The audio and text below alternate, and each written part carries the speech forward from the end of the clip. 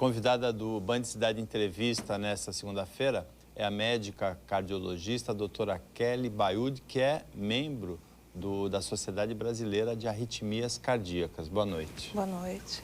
No inverno, aumenta o número, a frequência das arritmias, o número das arritmias, a incidência? As arritmias em si, na verdade, o que acontece é aumenta os números de acidentes vasculares, dos infartos agudos do miocárdio, dos próprios AVCs hemorrágicos ou isquêmicos. E com isso, é claro, as arritmias tendem a aumentar também. Mas o que nós temos hoje são alguns dados do American Heart, que é a associação americana, que demonstrou que 20 a 25% dos infartos, acidentes vasculares podem aumentar durante o inverno, entendeu? E vários artigos têm sido publicados, jornais britânicos também, um próprio artigo realizado no INCOR demonstrou que aqui no Brasil o risco de infartos ou de risco de doenças, ou risco de eventos tromboembólicos durante o inverno pode chegar até 33%. Com isso, as arritmias tendem também a aumentar. Durante o momento que você tem um evento isquêmico, você pode também ter um número aumentado de extracistos, de arritmias e também o que a gente chama de morte súbita. Por que isso, hein? Por que o frio prejudica órgãos como o coração? O que acontece? O próprio frio, você tem um aumento da sensibilidade térmica. Vai liberar o que a gente chama de atividade simpática. É toda uma questão de homeostase. Isso, na verdade, o próprio corpo tenta se proteger desse frio, né? Ele tenta se aquecer. Ele libera o que a gente chama de catecolaminas. E no coração, nas artérias, ela pode ter um efeito vasoconstritor. Ela vai diminuir o diâmetro das artérias em pacientes que são suscetíveis. Não é todo paciente que vai ter esse problema.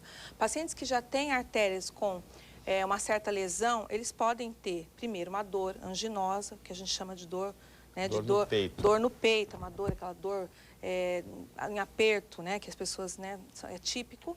Eles podem ter até ruptura dessas artérias, né? Esses infartos são mais, têm uma mortalidade maior. O que é isso? Eles matam mais durante o inverno.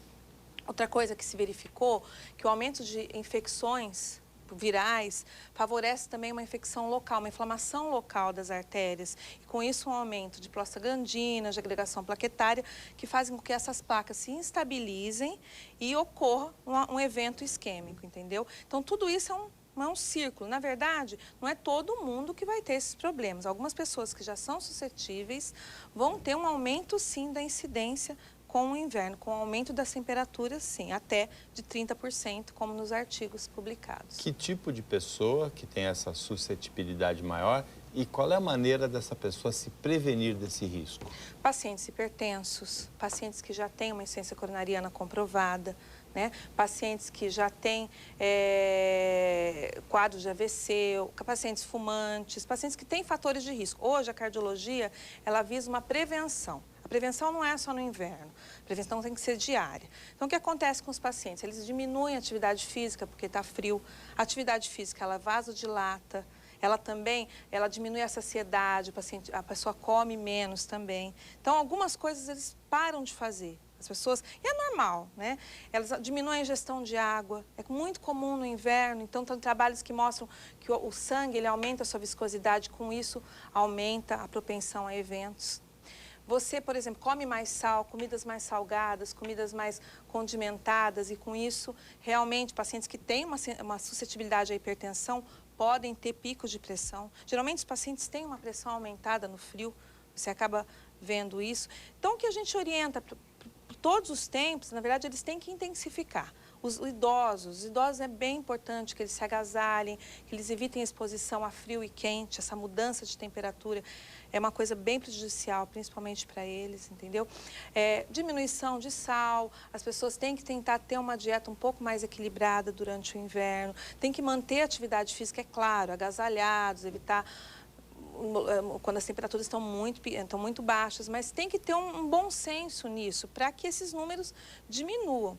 O que acontece é que menos em temperaturas até um pouco maiores, esses trabalhos eram feitos em 14 graus, mas tem temperaturas maiores, como as nossas aqui, a gente vê que esses índices aumentam. Então, é importante, toda essa ingestão de água é importantíssimo. Desidrato, então é muito importante que a pessoa tome de 2,5 litros a 3 litros de água por dia, mesmo no inverno. é importante, entendeu?